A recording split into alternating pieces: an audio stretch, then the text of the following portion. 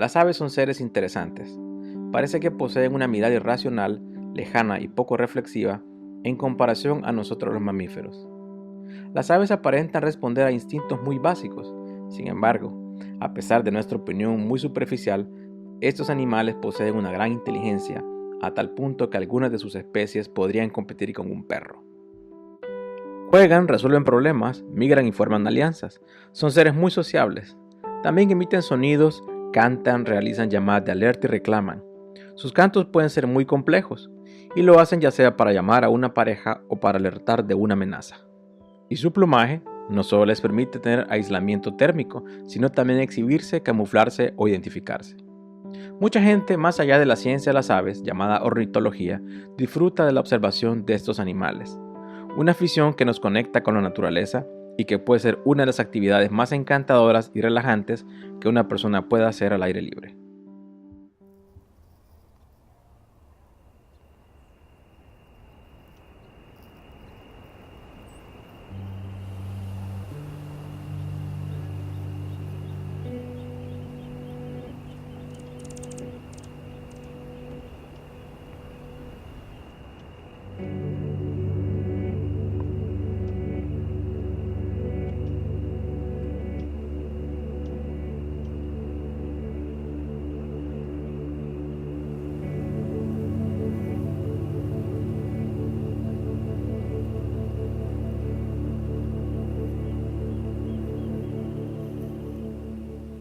Pero estoy en medio de Nueva York, en el Central Park, en uno de los sitios más visitados por los interesados en las aves.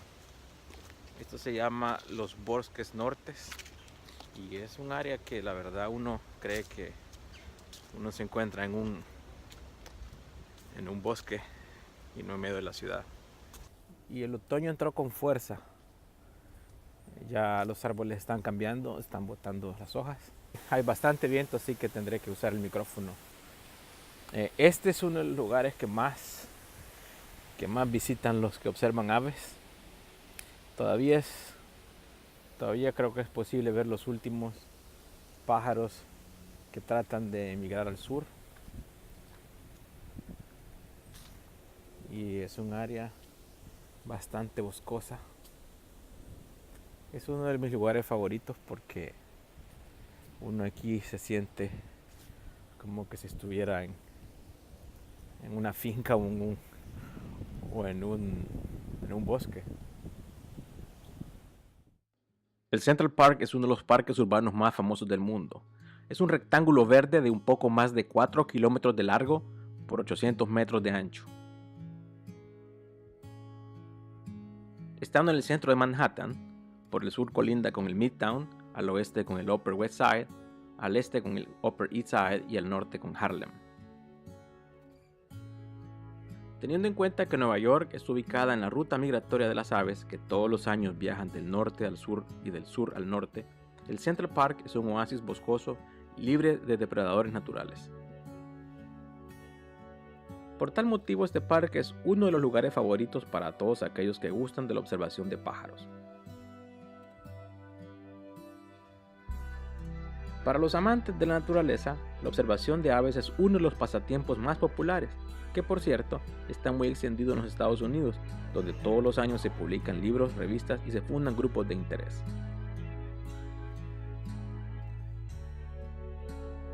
Una de las aplicaciones para teléfonos celulares más populares es la producida por la National Audubon Society, que le permite al usuario ubicar, definir especies, compartir y llevar una libreta digital de observaciones.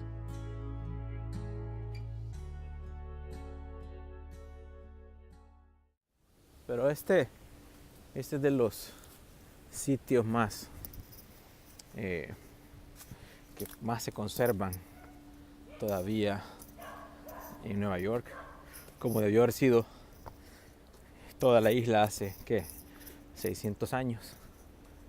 Toda la isla debió haber sido algo así. Y ahora es puro edificio, excepto este cuadro en medio de la ciudad. Ahora la gente en Nueva York está bastante interesada por un nuevo inquilino del Central Park. A principios del mes de noviembre del 2018, un pato mandarín apareció en una de las lagunas ubicadas al sur del Central Park. Debido a la belleza muy particular del ave, el pato mandarín se convirtió de la noche a la mañana en una celebridad entre los neoyorquinos, quienes se preguntaban cómo este animal había llegado ahí. Es un ave muy codiciada y admirada en China y Siberia, donde por su belleza y por la creencia que es de buena fortuna regalarlo en las bodas, quizá fue un regalo matrimonial que terminó tomando su propio camino y llegó al parque. Conociendo mi interés por las aves, me dispuse a buscarlo y tomarle un par de fotografías, olvidando que el día que escogí se llevaba a cabo el Maratón Anual de Nueva York.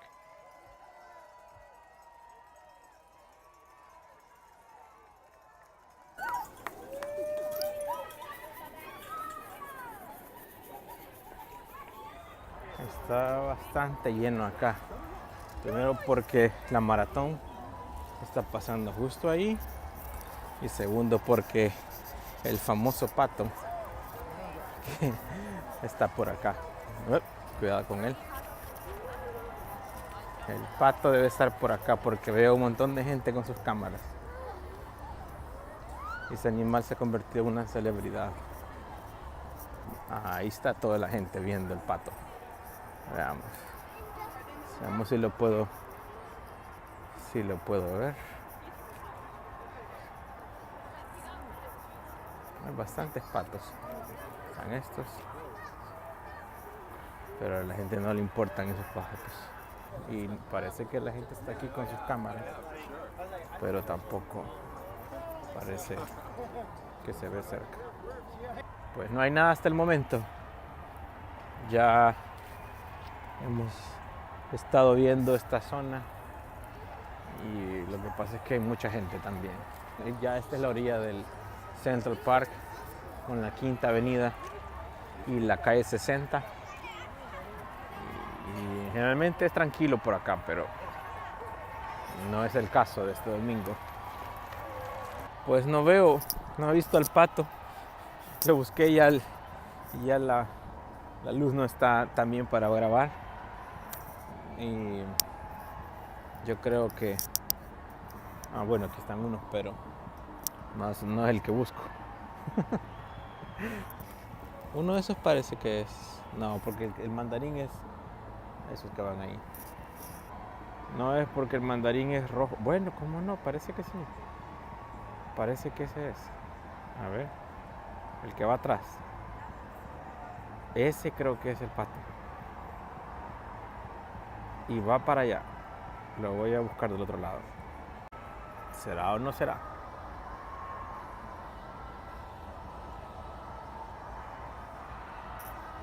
Quiero ver cómo reacciona la gente. Si la gente reacciona emocionada es porque es él. No, parece que no. Es uno de ellos. Pero no.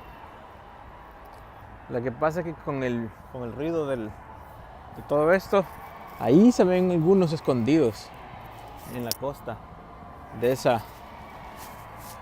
la laguna, en la orilla de esa laguna, pero parece que ya localizaron el animal porque toda la gente está viendo para allá. Y olvidé mis binoculares. Este es el pato. La cosa es que se venga para acá. Está ahí, en el centro exactamente. Bueno, me senté a esperar porque esto va para largo. Por lo menos antes que caiga el sol.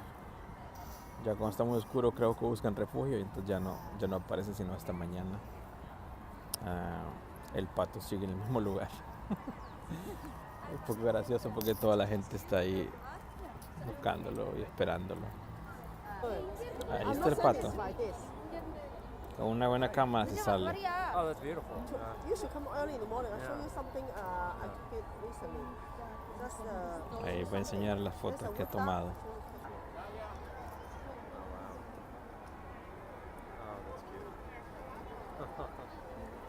Get the thing going.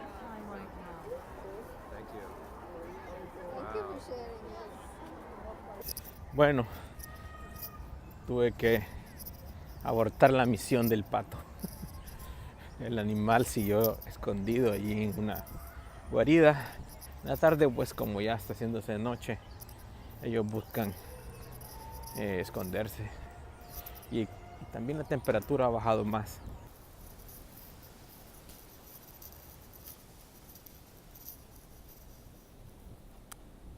Aquí hay unas huellas de un pájaro.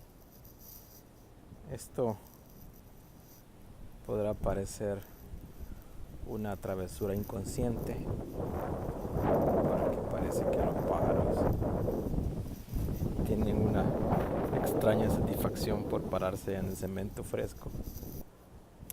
Pero estas huellas me recuerdan algo.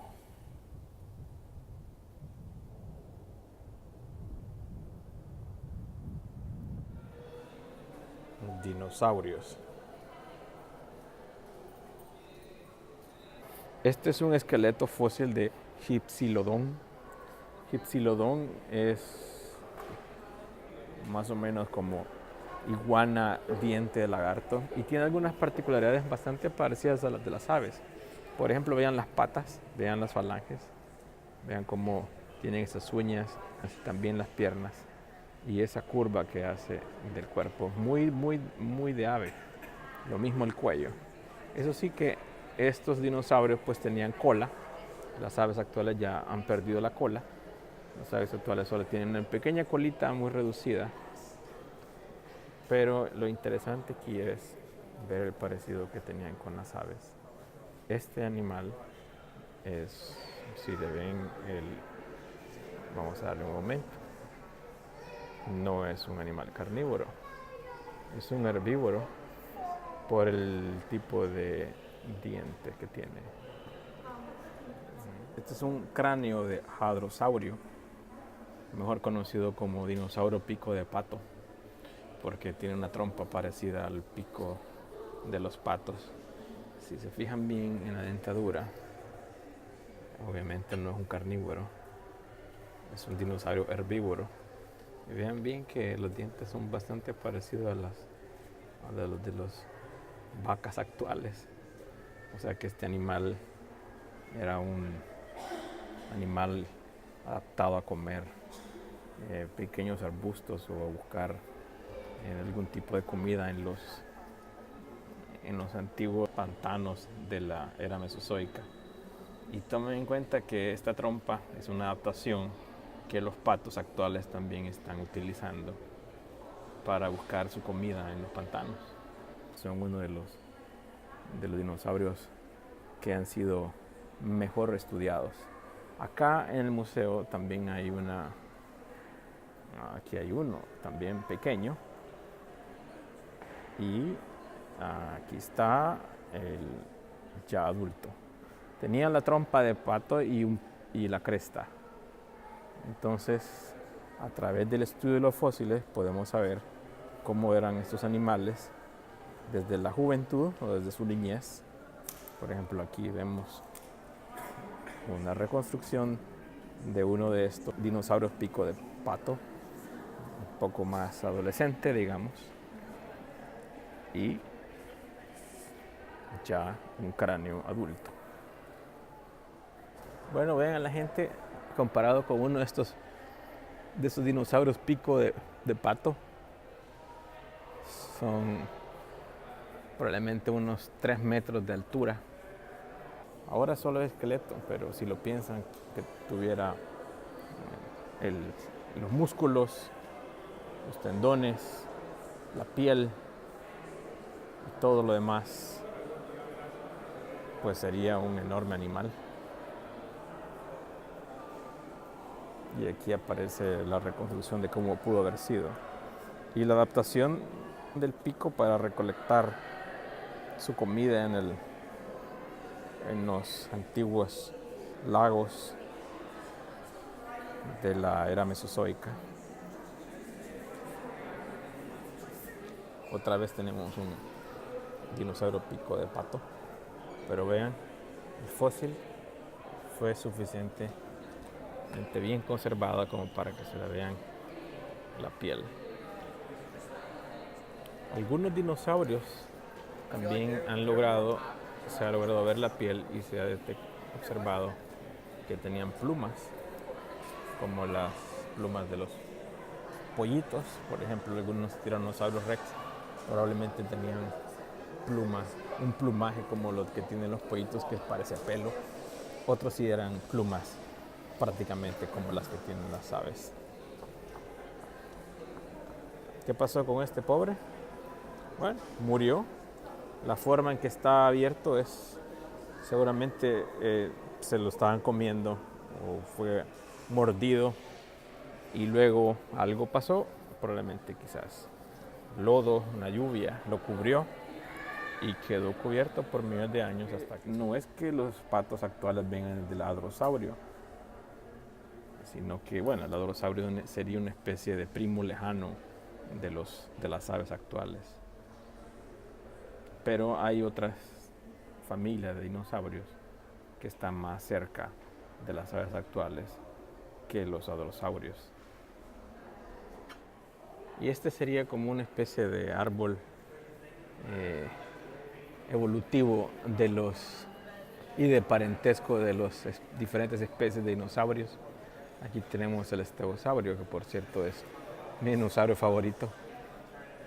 Arriba tenemos este tipo de patos, ahí está, dinosaurio tipo pico de pato, el que está aquí en el centro.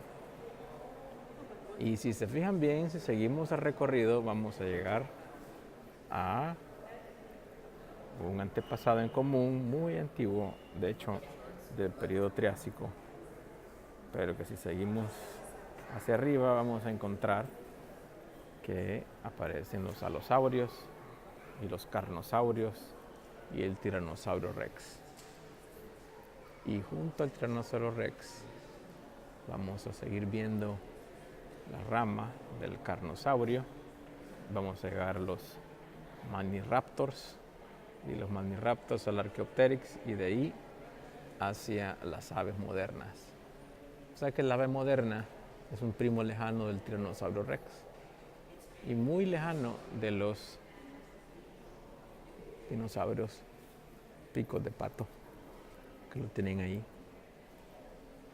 El pico de pato, los triceratops, el albertosaurio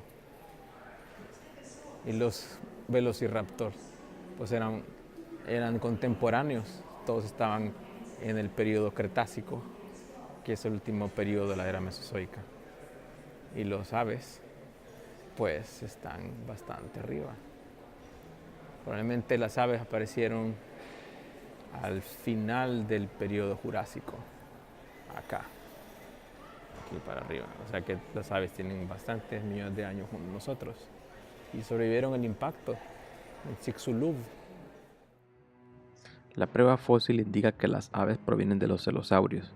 Por ejemplo, todas las aves poseen una fúrcula o también conocida como hueso de la suerte. Este tipo de hueso se observa en los celosaurios, tal como vemos en este fósil de Velociraptor. Lo mismo sucede con las plumas. Muchos dinosaurios poseían plumas o protoplumas con las cuales cubrían todo su cuerpo y que incluso tenían colores como las tienen las aves modernas. Y claro, en algunas ocasiones, algunos dinosaurios utilizaban las plumas para su vuelo o planeo. La característica ovípara de los dinosaurios también es un aspecto que las vincula a las aves. Se han descubierto nidos de dinosaurios donde empollaban a sus crías y asimismo sus patas son parecidas si las comparamos con las de las aves. Es posible que los famosos velociraptores tuvieran plumaje y los hicieran ver algo parecido a esto, y que las plumas del famoso tiranosaurio rex lo hicieran ver de esta forma. Este es un súper buen libro recomendado para comprender la evolución de las aves y los dinosaurios. Está basado en los fósiles de aves chinos y los dinos. El precio, bueno, El precio es caro, $85, pero está en oferta tan solo $67.97. De hecho es clearance, o sea que ya es el último, pero debe estar en Amazon también. Si las aves son dinosaurios, bueno, de cierta forma sí. Hay bastantes pruebas que demuestran que las aves y los dinosaurios están emparentados. Así que la siguiente vez que se toman una sopa de pollo, piensen que se están almorzando a un pariente de un tiranosaurio rex.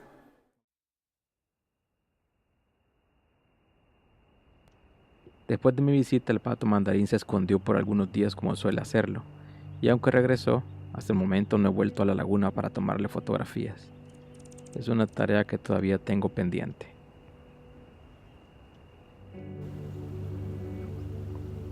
Darwin decía que no era la especie más fuerte la que sobrevivía, tampoco la más inteligente, sino aquella que se adaptaba al cambio. Y algunos dinosaurios, no los más fuertes, sino los más versátiles, son los que han sobrevivido y siguen con nosotros.